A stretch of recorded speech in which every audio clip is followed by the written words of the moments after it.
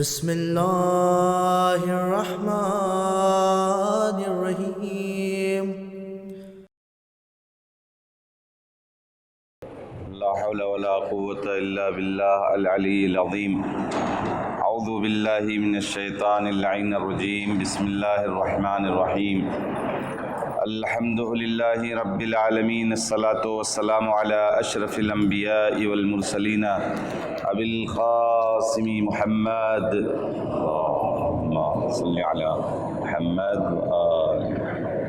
وآلہ الطیبین الطاہرین المعصومین المظلومین ولعنۃ اللہ علی اعدائہم اجمعین۔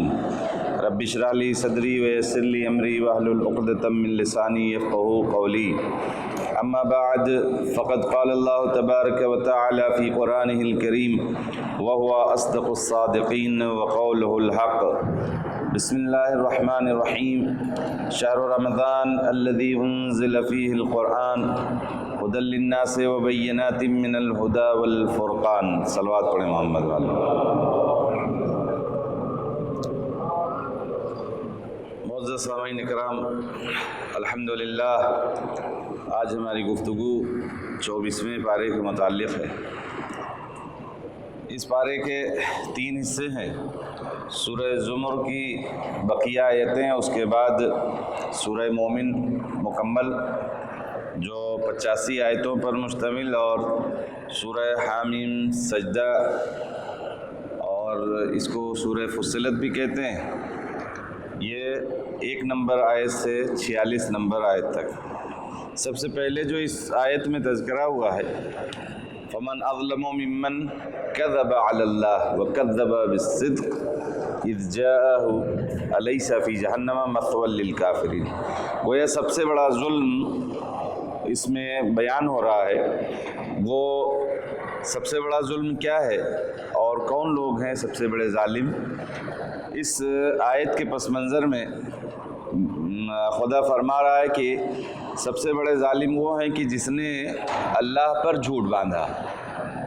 ایک انسان کو جھوٹا کہنا یا اس کی بات کو نہ سننا ایک الگ میٹر ہے، لیکن خدا کو جھوٹ کی نسبت دینا یہ سب سے بڑا ظلم ہے۔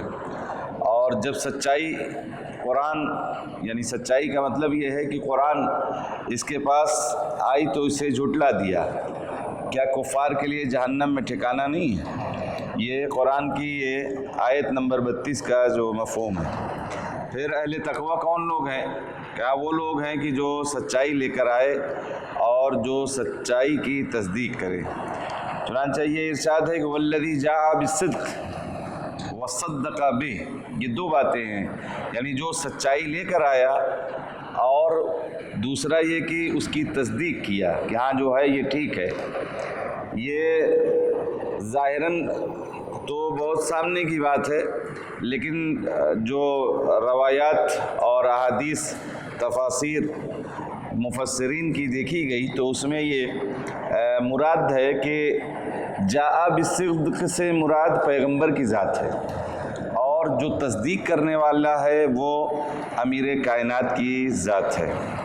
اب یہاں پر صداقت کے حوالے سے سچائی اور صدق سے مراد اور اس کے مختلف مراحل ہیں کہ آدمی سچا کس لحاظ سے اور کتنے اعتبار سے کہا جا سکتا ہے۔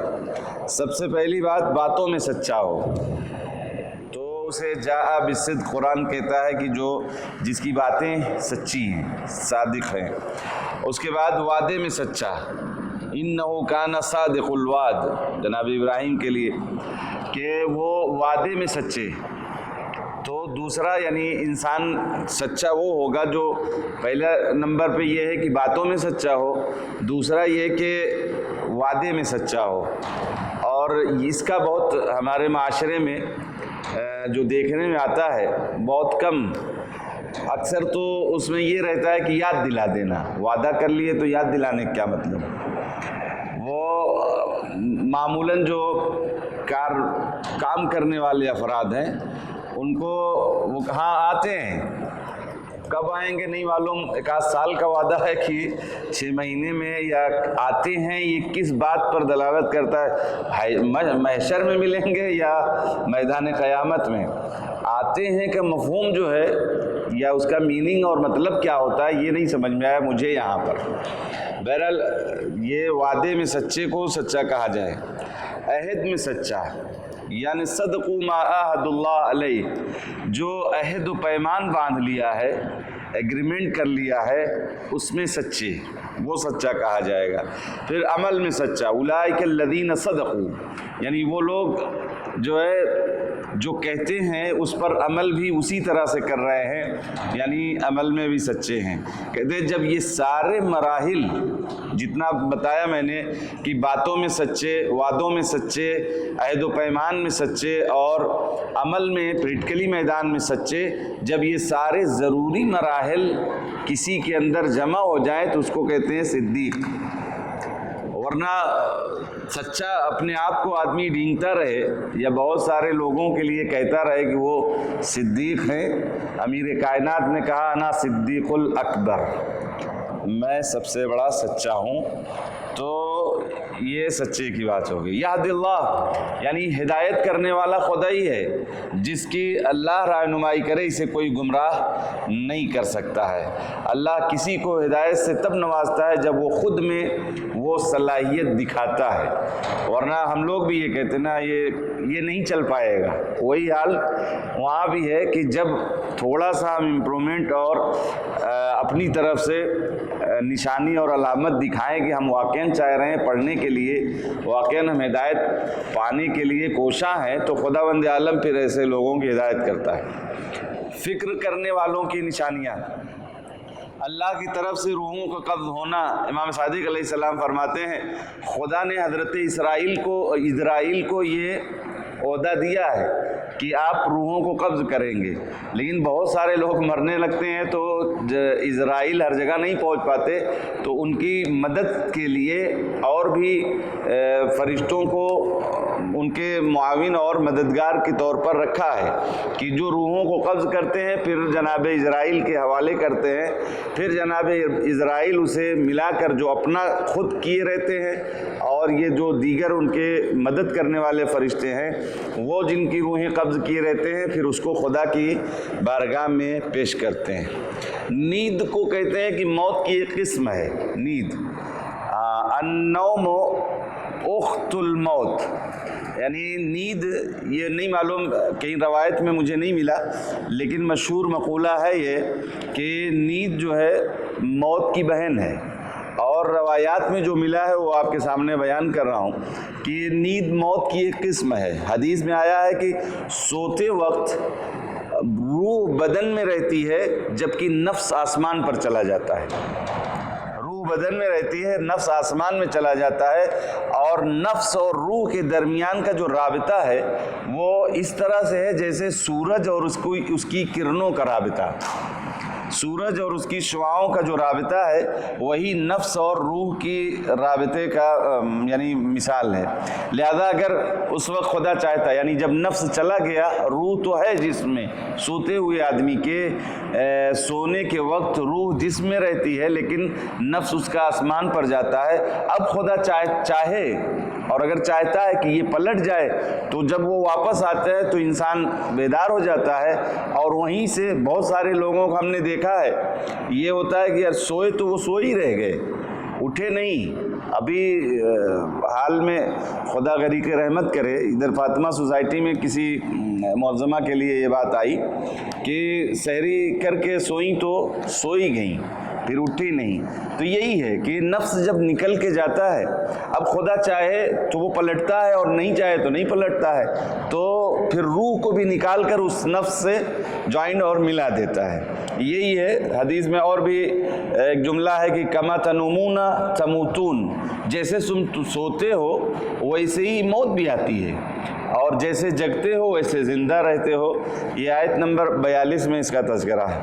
انسان کی ناشکری اور تکبر، جب انسان کو کوئی تکلیف پہنچتی ہے تو وہ خدا کو پکارتا ہے کہ بہت یعنی تکلیف میں ہے اور ایسا ہے ویسا ہے، لیکن جب خداوند عالم اسے نعمتوں سے نواز دیتا ہے تو وہ کہنے لگتا ہے کہ یہ تو میرا ٹیلنٹ تھا کہ جس کی بنیاد پہ میں اتنی آگے پہنچ گیا، جبکہ خدا کہتا ہے کہ جو کچھ ہے وہ یہ ایک آزمائش ہے کہ جب مصیبتیں آئیں تو آپ خدا کی طرف نالہ و فریاد کرنے لگے، اور جب اچھائیاں آئیں تو اس کا کریڈٹ خود لینے لگے۔ یہ انسان کی وہ صفت بیان کی ہے۔ انسان کی نجات پیروی حکم الہی میں ہے، یہ تو طے ہے۔ انسان کچھ بھی بن جائے، اگر خدا کی پیروی اور اطاعت نہیں کر رہا ہے تو وہ ظاہری چمک دمک چند دنوں کے لیے تو حاصل کر سکتا ہے، لیکن آخر میں اسے خاک ہی ہونا ہے، اور نہ اس کا کوئی نام لیوا رہے گا اور نہ اس کا کوئی نشان رہ جائے گا۔ پھر قیامت کے مراحل ہیں۔ قیامت میں مجرم کی جو حالتیں ہوں گی اس کو بیان کیا ہے۔ مجرم اپنی کوتاہیوں کا اقرار کرے گا، خدا واقعاً ہم کچھ نہیں کر سکے اور ہماری یہ غلطی ہے، ہماری کوتاہی ہے، فرط فی جنب اللہ، یعنی خدا کے ارد گرد رہ کر اور ہم نے افراط کیا اور نہیں کلمہ پڑھا، ایمان نہیں لائے، اعمال صالح انجام نہیں دیے۔ ایک تو یہ کہ وہ اپنی کوتاہیوں کا اقرار کرے گا، دوسرا یہ کہ وہ یہ کہے گا کہ ہم نے تیرے رسولوں کا مذاق اڑایا، تمسخر یعنی مسخرہ کیا، یہ بھی وہ اقرار کرے گا۔ پھر ہدایت کی تمنا کرے گا کہ کاش ہم بھی ہدایت پا گئے ہوتے اور صحیح راستے پر ہم بھی لگ گئے ہوتے، یہ۔ اور چوتھی بات، دنیا میں پلٹنے کی تمنا کرے گا۔ تو یہ چار حالتیں اس کی ہوگی۔ اب خدا اس کے بارے میں خدا بیان کر رہا ہے خدا کی طرف سے کہ دو باتیں تو خدا ایکسیپٹ کر لے گا۔ نمبر ایک، جو یہ کہے گا کہ اپنے جرم کا اقرار جو کرے گا، خدا کہے گا ہاں تم لوگوں نے یہ کیا۔ اس کے بعد وہ جو دوسری بات کہ ہم نے تیرے رسولوں کا مثلاً مذاق اڑایا، تو وہ بھی خدا کہے گا ہاں یہ کیا۔ تیسری بات کہ وہ جو تمنا کریں گے کہ ہم کو یعنی ہدایت مل جائے، تو خداوند عالم کہے گا کہ یہ قبول نہیں ہے، ہم نے بھیجا تھا نبی، ہم نے تمہارے ہدایت کے لیے سب انتظام کر دیا تھا، تم نے نہیں مانا، تو اب کوئی چانس نہیں ہے۔ ایگزام پیریڈ سے پہلے تک جو بھی اپلیکیشن دینا ہو، جو بھی سلوشن مانگنا ہو، جو بھی آپ کی فرمائش ہو، اسکول والے ایکسیپٹ کرتے ہیں۔ فیل ہونے کے بعد کچھ کام نہیں بنتا ہے، وہی ہے یہ کہ اس سے پہلے تک ایکسٹرا کلاس لگانی ہے، بات نہیں سمجھ میں آئی تو کسی دوسرے ٹیچر کا انتظام کر دینا ہے، یا اور آپ کے لیے کوئی خاص توجہ کروانی ہے، وہ سب ہو جائے گا۔ لیکن جب ایگزام ہو گیا، اس کے بعد فیل ہو گئے، نتیجہ آ گیا، تو اب اس میں کچھ ہونے والا نہیں ہے۔ یہی مفہوم سمجھ لیجئے اس آیت کا ہے۔ چوتھی بات، یہ لوگ جو تمنا کریں گے کہ ہم کو پلٹا دے، پھر ہم جا کے وہاں کچھ اچھے اعمال کر لیں گے، خدا کہتا ہے کہ یہ لوگ کچھ کرنے والے نہیں ہیں، اگر انہیں بھیج دیا جائے پھر اچھا۔ ہم لوگوں کے ساتھ بھی ایسے ہی ہے، امتحان آیا تو ایک دم اب تو سونا اٹھنا بیٹھنا سب پرابلم میں ہو گیا کہ یہاں جانا ہے تو بچے کے ایگزام، وہ کرنا ہے تو بچے کے ایگزام، وہ کرنا۔ اچھا، بچے بھی ایگزام کی پیریڈ میں اس طرح سے ہوتے ہیں۔ چھوٹے بچوں کے تو سارے ذمہ دار ماں باپ ہیں، لیکن بڑے بچوں کی بات کر رہا ہوں، سو رہے خوب آرام سے گھوم رہے ہیں، تو ایگزام آیا تو اب پھر حیرانی۔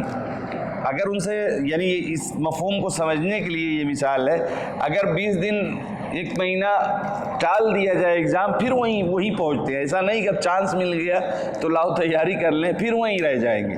وہی حال ہے، خدا کہتا ہے لو ردو لعادو، اگر ہم ان کو پلٹا دیں نا تو اسی کی پھر تکرار کریں گے، یعنی جیسے یہ پھر سو کے گزار دیے ویسے یہاں بھی گزار دیں گے۔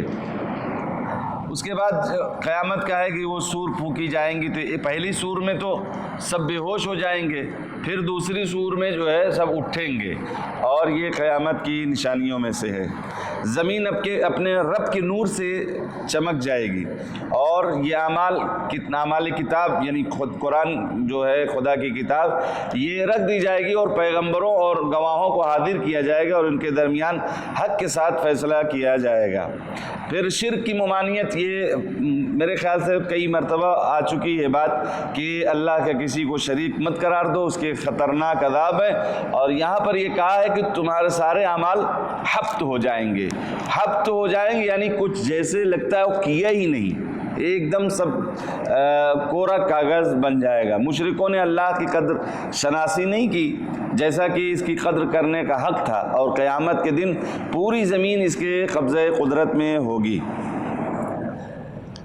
پھر جہنمیوں سے سوال ہے یہ، کل اتفاقاً مجلس میں بھی اسی آیت کا تذکرہ تھا، جو یہاں تفصیل سے سن لیجئے کہ آیت نمبر 71 میں ہے وہی کام جہنمیوں کے ساتھ کیا ہے، اور کل جو تذکرہ ہوا تھا وہ متقیوں کے ساتھ تھا۔ کیا؟ وسیق الذین کفروا الی جہنم زمرا، یعنی کھینچا جائے گا جنہوں نے کفر اختیار کیا ان کو کھینچ کر گھسیٹ کر گروہ کی شکل میں جہنم میں لے جایا جائے گا۔ حتی اذا جاؤوا فتحت ابوابها وقال لهم خزنتها الم یأتکم رسول من، اور وہ کہا جائے گا کہ یہ جہنم کے کارندے ہیں، لو آگے اب اس میں جاؤ، کیا تمہارے پاس تم میں سے پیغمبر نہیں آئے تھے جو تمہارے رب کی آیات تمہیں سناتے اور ان کے پیش آنے کے بارے میں تمہیں متنبہ کرتے؟ یہ جہنمیوں کے ساتھ ہوگا۔ اب اس کے بعد یہ لوگ کہیں گے ہاں کیوں نہیں، نبی آئے تھے اور انہوں نے سب کچھ بتایا، لیکن کفار کے حق میں عذاب کا فیصلہ حتمی ہو چکا ہے، اور کہا جائے گا جہنم کے دروازوں میں داخل ہو جاؤ جس میں تم ہمیشہ رہنا ہے تمہیں۔ بس تکبر کرنے والوں کا کتنا برا ٹھکانہ ہے۔ یہ آیت نمبر 71۔ ابھی جو بات 73 میں ہے اور 72 میں، وسیق الذین اتقوا ربہم الی الجنۃ زمرا، یعنی وہ لوگ کہ جنہوں نے اللہ کا تقوی اختیار کر لیا ان کو بھی کھینچا جائے گا اور گروہ کی شکل میں کھینچ کر لے جایا جائے گا۔ وفتحت ابوابها، اور ان کے لیے کھول دیا جائے گا دروازہ جنت کا۔ وقال لهم خزنتها سلام علیکم، پھر وہاں ملک ہوں گے جو اس کو سلام کر کے کہیں گے کہ آئیے، ویلکم کے لیے اور استقبال کے لیے، طبتم فادخلوها خالدین، یہاں آئیے اور یہاں ہمیشہ رہیے۔ یہ جو لوگ تقوی اختیار کر رہے ہیں، مومنین ہیں، متقی ہیں، پرہیزگار ہیں، ان لوگوں کی بات ہے۔ پھر قالوا الحمدللہ الذی صدقنا وعدہ، پھر یہ لوگ کہیں گے واہ تو سچا ہو گیا، جو خدا نے وعدہ کیا تھا یہ ویسے ہی ہے، یعنی وہ خدا نے وعدہ کیا ہے جو ایمان لائے تقوی اختیار کرے اس کے لیے جنت ہے، جنت میں یہ سب نعمتیں ہیں۔ تو جب یہ لوگ جائیں گے وہاں ملک استقبال کے لیے ہوں گے اور وہ سلام علیکم کہہ کے ان کا استقبال فرمائیں گے، اور یہ لوگ داخل جہنم متقی ہو جائیں گے، تو وہاں یہ لوگ کہیں گے واہ بات تو ٹھیک نکلی، جو وعدہ تھا وہ وعدہ جو ہے سچا ہے۔ ہمیشہ اسی جنت میں وہ لوگ رہیں گے اور کہیں گے ثناء کامل، یعنی الحمدللہ، اس اللہ کے لیے تمام تعریف ہے جس نے ہمارے ساتھ اپنا وعدہ سچ کر دکھایا اور ہمیں اس سرزمین کا وارث بنایا۔ جنت میں ہم جہاں چاہیں جگہ بنا سکیں، بس عمل کرنے والوں کا اجر کتنا اچھا ہے، ظاہر ہے کہ جو اللہ کے لیے عمل کرے گا اس کے لیے اجر۔ پھر سورہ مومن ہے کہ جس کو سورہ غافر بھی کہا گیا ہے، جو اسی آیت میں ہے کہ اس میں بھی 40 آیتیں، تقریباً 85 آیتیں ہیں کہ اس کو اور اس کے بعد 6 اور سورہ کی جو حامیم سے شروع ہوتے ہیں۔ حامیم یہ حروف مقطعات ہیں۔ حروف مقطعات یہ کوڈ ورڈ ہیں۔ اس زمانے میں جو ایک ریزن اس کا یہ ہے، وہ یہ کہ پیغمبر جب دور جاہلیت میں قرآنی آیات کو سناتے تھے، تو آج بھی ابھی ہم لوگ سن رہے ہیں تو لگتا ہے سب قصہ ہی ہے نا، پرانے لوگوں کا قصہ ہے، پرانے قوموں کا قصہ ہے، اور ہے واقعاً ہے، لیکن یہ قصے عبرت کے لیے ہیں۔ اور اگر یہ قرآن نہ ہوتا تو ہم کو کچھ پتہ ہی نہیں چلتا کہ پیغمبر سے پہلے کی امتوں کے لیے کیا تھا۔ قرآن نے یہ ہم کو خبر دی اور کم سے کم عبرت کے لیے بتایا کہ انہوں نے اپنے نبیوں کو جھٹلایا، انہوں نے اپنے نبی کا کہنا نہیں مانا، جنت اور جہنم کا انکار کیا، قیامت کا انکار کیا، تو ان کے اوپر ایسے عذاب آئے، اس قوم کے اوپر یہ عذاب، اس قوم کے اوپر یہ۔ پیغمبر جب سناتے تھے تو لوگ کہتے ہمیں یہ قصہ کہانی سنا رہے ہیں۔ تو اسی پیریڈ میں یہ جو مختلف سوروں کے سامنے، یعنی آغاز میں کوڈ ورڈ کے طور پر صرف حروف کا تذکرہ ہے، حروف نازل ہوئے ہیں اور ان کو الگ الگ کر کے پڑھنا ہے۔ جیسے یہ ہے اور میم ہے، یہ ہما نہیں پڑھنا ہے بلکہ ہا میم یعنی الگ، جیسے الف لام میم یا سین، ورنہ یہ ایک ساتھ ملا کے نہیں پڑھنے کا حکم تجویدی نہیں ہے، لیکن یہ جو الگ الگ پڑھنا ہے اس سے مراد اور اس کا مطلب وہ سمجھ ہی نہیں پائے۔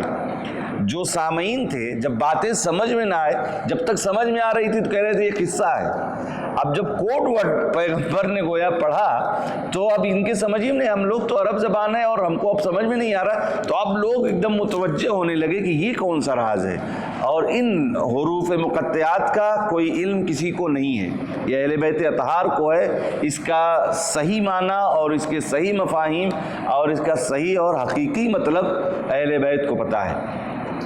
یہ اس سورہ میں بھی ہے حامیم اور اس کے بعد 6، یہ 7 سورہ ٹوٹل ہیں جو اسی لفظ سے شروع ہیں کہ حامیم حامیم، یہ اس کو یہ سنگولر سمجھ لیجئے ایک ہے، جب اس کو جمع آپ بنائیں تو حوامیم کہتے ہیں اس کو، حوامیم، یہ اس کے بھی الگ یعنی وہ ہے، پیغمبر نے کہا ہے یہ مغز قرآن ہے، یعنی ساتوں یہ ملا کر یہ قرآن کا دل ہے، قرآن کا دماغ ہے، اور پیغمبر سونے سے پہلے سورہ تبارک اور سورہ حامیم یعنی اس مومن کی تلاوت کر کے سویا کرتے تھے، یہ اس کے وہ ہے۔ اب اس میں تذکرہ جو ہے کہ فرشتے حاملین عرش ہیں، یعنی عرش کو اٹھائے ہوئے ہیں، طلب مغفرت کرتے ہیں۔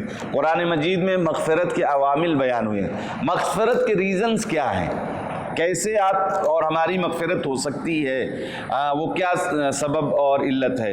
اس میں سب سے پہلی چیز ایمان، کافر کی کبھی مغفرت نہیں ہو سکتی، ایمان، اب جتنا زیادہ ایمان ہوگا اتنی جلدی مغفرت ہو سکتی ہے۔ نمبر 2 تقوی، نمبر 3 انبیاء کی پیروی، نمبر 4 لوگوں کو معاف کر دینا، یہ بھی ہے کہ معاف کر دینا یہ ایک بڑا ہنر ہے، یہ مطلب حوصلہ چاہیے کہ آدمی کسی کو معاف کر دے، اس کے لیے جرأت چاہیے، بہادری اس میں ہے، یعنی لڑ لینا اس میں بہادری نہیں ہے، بہادری اس میں ہے کہ آپ طاقت رکھتے ہوئے بھی آپ معاف کر دیں، اس میں ایک ہنر ہے، اور اس سے گریڈ بڑھ جاتا ہے کہ واہ کیا انسان تھا، اس کے سامنے صرف یعنی آئے اور معذرت کی اور اس نے معاف کر دیا، یہ بہت بڑا کلیجہ چاہیے، آسان نہیں ہے۔ لڑائی تو کوئی بھی کر سکتا ہے، جس کے پاس طاقت نہیں وہ بھی کر لیتا ہے، بھلے وہ مار کھا جائے، لیکن معاف کرنا یہ بہت بڑے کلیجے والوں کا کام ہے۔ انفاق، راہ خدا میں دینا، عطا کرنا، جہاد یعنی ہتھیار کے ساتھ اور اپنے نفس کے ساتھ، نفس والا بڑا جہاد کہا گیا ہے کہ انسان اپنے نفس کے ساتھ جو جہاد کرے وہ اس اسلحوں کے جہاد سے بڑا جہاد ہے۔ عبادت اور گناہ کبیرہ سے پرہیز اور بھی ہیں، ہم نے اتنے اس میں لائے ہیں کہ یہ سارے ریزنز جب ہم جمع کر لیں تو خداوند عالم ہماری گناہوں کی بخشش اور مغفرت کا ذریعہ فراہم کر دیتا ہے۔ اب وہ جدال ایک جھگڑا ہے جس میں دو طرف کے لوگ مختلف باتوں کے ذریعے سے دوسرے کو نیچا اور شکست دینا چاہتے ہیں، اسے کہتے ہیں جدال۔ یہ جدال کبھی پازیٹیو ہے اور کبھی منفی ہے، یعنی نگیٹیو ہے، دونوں طرح کے جدال کا تذکرہ قرآن مجید میں ہوا ہے۔ جدال احسن جو انبیاء جدال کرتے تھے، انبیاء کی سیرت میں لوگوں کی ہدایت کے لیے یہ جدال کام آتا تھا، جیسا کہ حضرت نوح سے ان کے قوم کے کفاروں نے کہا کہ تم نے ہماری ہدایت کے لیے بہت ہم سے جدل کیا، یا نوح قد جادلتنا فاکثرت جدالنا،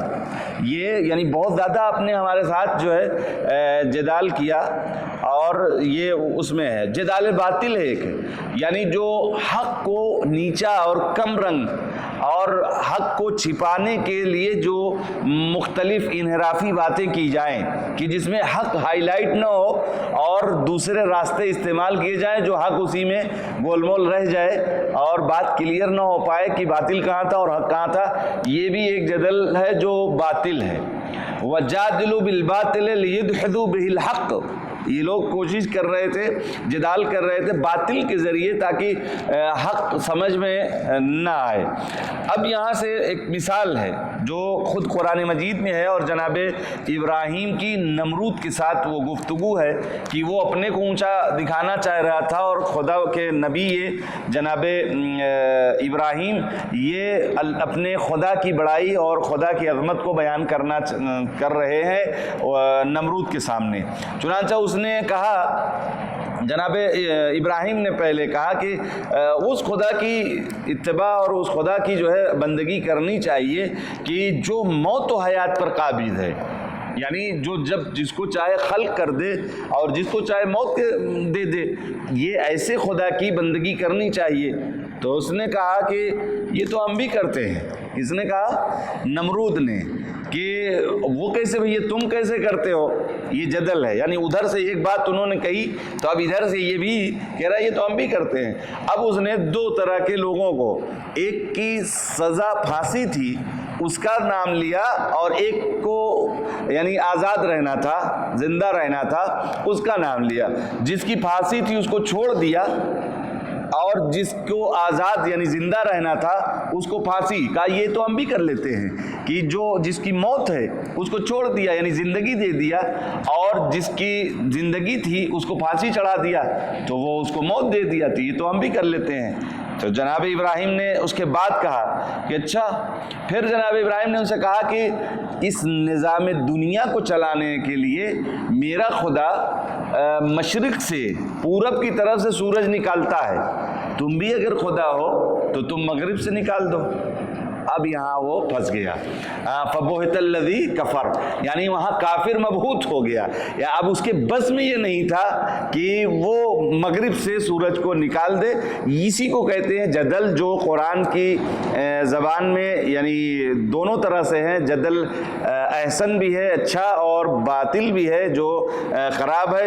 مختلف باتوں کو لوگ گجلک کرنے کے لیے، حق کو چھپانے کے لیے ایسا کرتے ہیں، لیکن جو صحیح اور احسن نبیوں کی سیرت میں ہے وہ اگر کیا جائے تو کوئی پرابلم نہیں ہے، قابل تعریف ہے۔ مزید جنت اور برائیوں سے بچائے گی دعائیں۔ اب دعا کا ہی تذکرہ ہے، جو ادعونی استجب لکم، اسی پارے میں اس کا تذکرہ ہے۔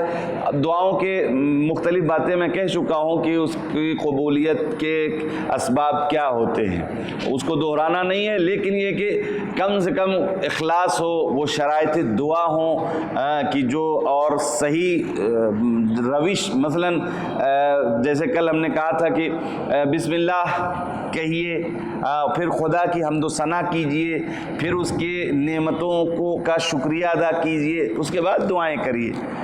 اس کے ساتھ ساتھ گناہوں سے پرہیز، کسی کے حقوق جو حقوق الناس ہیں، بعض اوقات تو ایسا ہوتا ہے کہ خدا کے ہاں دعا کرتے ہیں اور ادھر دوسروں کا حق مارے جا رہے ہیں، تو جب تک وہ برائیاں دور نہیں ہو جائیں گی یہ دعائیں قبول ہونے والی نہیں ہیں۔ پھر دو موت اور دو حیات کا تذکرہ ہے۔ کفار قیامت کے دن کہیں گے، یہ اقرار کریں گے، پروردگار تو نے ہمیں دو مرتبہ موت اور دو مرتبہ زندگی دی ہے، اب ہم اپنے گناہوں کا اعتراف کرتے ہیں، تو کیا نکلنے کی کوئی راہ ہے؟ یہ کفار قیامت کے دن، میں نے کہا کہ وہ اگزام کے بعد اور اگزام والا پیریڈ ہے، اس سے پہلے جو کرنا ہے وہ کر لیا جائے۔ یہ دنیا ہے دار عمل، وہ دار حساب ہے۔ امتحان میں کوئی عمل نہیں کر سکتا، وہاں حساب دینا ہے۔ یہ دنیا دار عمل ہے، تو یہاں عمل کرنا، یہاں کوئی حساب نہیں ہے، جیسے چاہو رہو، کوئی حساب نہیں ہے، لیکن تیاری وہاں کی کرنی ہے۔ اس لیے اب وہ دو زندگی اور دو موت، اس میں مفسرین کی بہت ساری تفسیریں ہیں، میں ایک آپ کے سامنے سنا دوں۔ برزخ میں زندہ ہونا، یعنی دو زندگیاں، برزخ میں زندہ ہونا اور قیامت کے دن زندہ ہونا، یہ دو زندگی۔ اور دو موت اسی طریقے سے ہے کہ ایک تو عمر کے خاتمے کے وقت موت، جیسے اب ہم لوگ ہیں، مطلب میں اپنی کہوں، آپ لوگ ڈر رہے ہوں گے، تو آج مطلب مر جاؤں تو یہ میری زندگی کا خاتمہ ہے، یہ ایک موت ہے۔ اور دوسرا برزخی عمر ختم ہو جائے، یہاں سے جاؤں برزخ میں، پھر وہاں کی عمر کا بھی ایک دن اینڈ ہوگا، تو اس موت کو، یہ دو موتیں اور دو زندگیاں اس طرح سے ہیں۔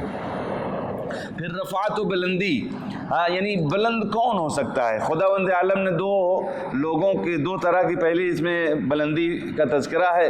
ایک بلندی مکانی ہے جو جگہ کے لحاظ سے بڑا اونچا ہے، اور ایک اندر یعنی کوالٹی اور مقام کی ہے کہ اس کا رتبہ بلند ہے، اس کا رتبہ اونچا ہے۔ مکان کی جیسے قرآن میں ہے، جناب ابراہیم جو خانہ کعبہ بنا رہے تھے تو اس کے ستونوں کو جو اونچا کیا، وَيَرْفَعْ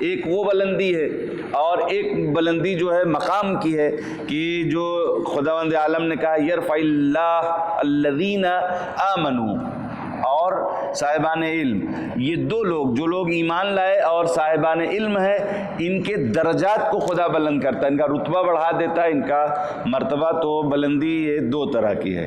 قیامت کا دن قریب ہے، یہ سب جانتے ہیں، اور فرعون کی قوم میں ایک مرد مومن آل فرعون کہا جاتا ہے۔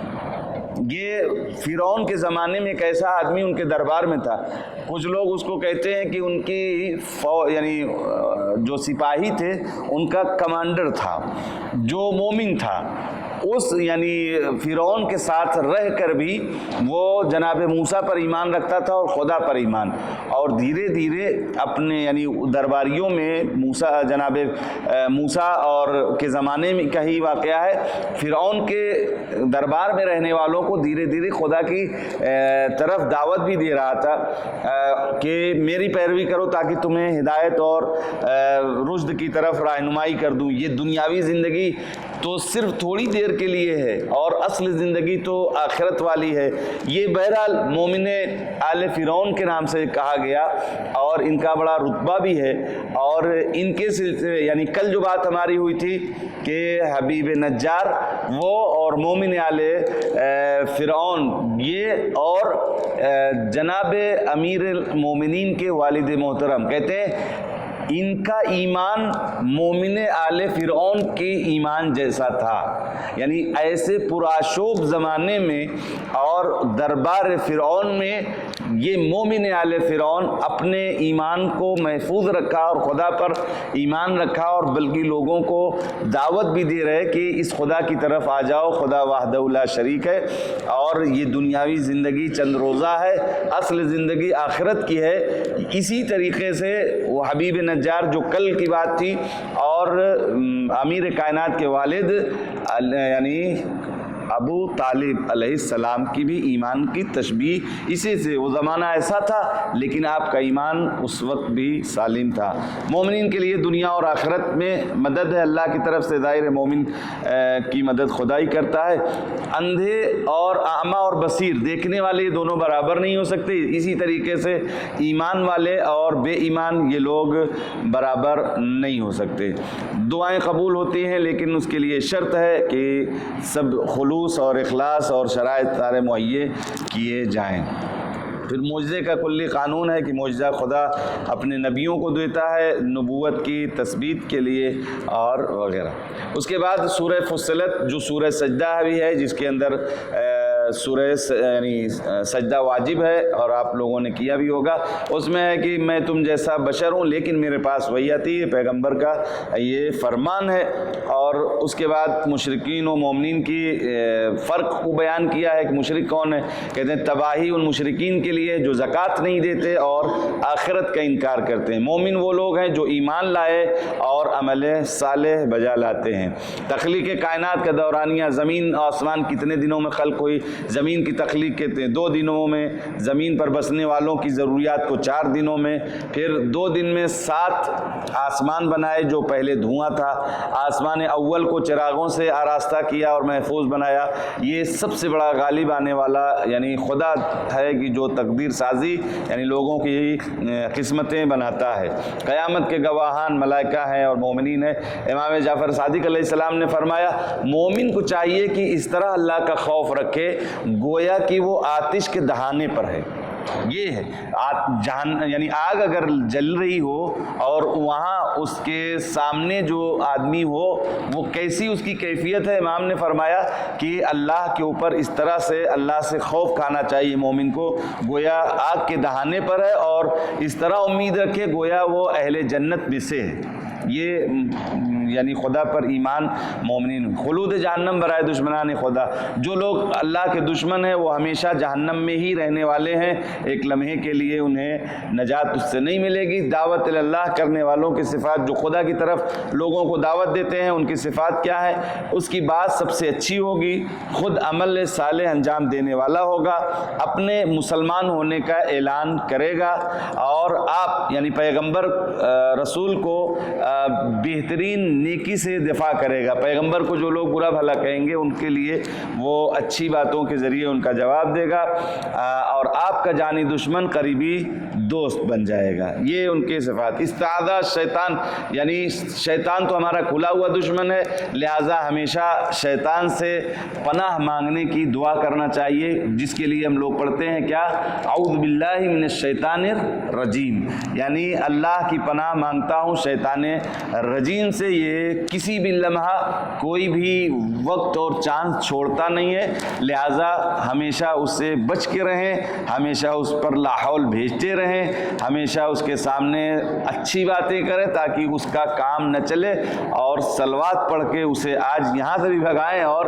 پوری اپنی روزمرہ کی زندگی میں صلواتوں کا اگر سہارا لیتے رہیں اور معوذہ یعنی اعوذ باللہ کہتے رہیں, تو شیطان کی دخالت وہاں نہیں ہوگی.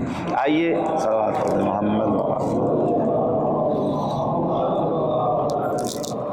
خدا ہمیں علم و عمل کی توفیق عطا فرمائے, اور جن لوگوں نے دعا کی فرمائش کی ان کی جائز دلی حاجات کو بھر لائے. اس ماہ مبارک میں بچے ہوئے ایام میں قرآن اور اہل بیت سے متمسک ہونے کے لیے توفیق عطا فرمائے. قیامت کے دن قرآن اور اہل بیت کی شفاعت نصیب فرمائے. آخر دعوانا الحمدللہ.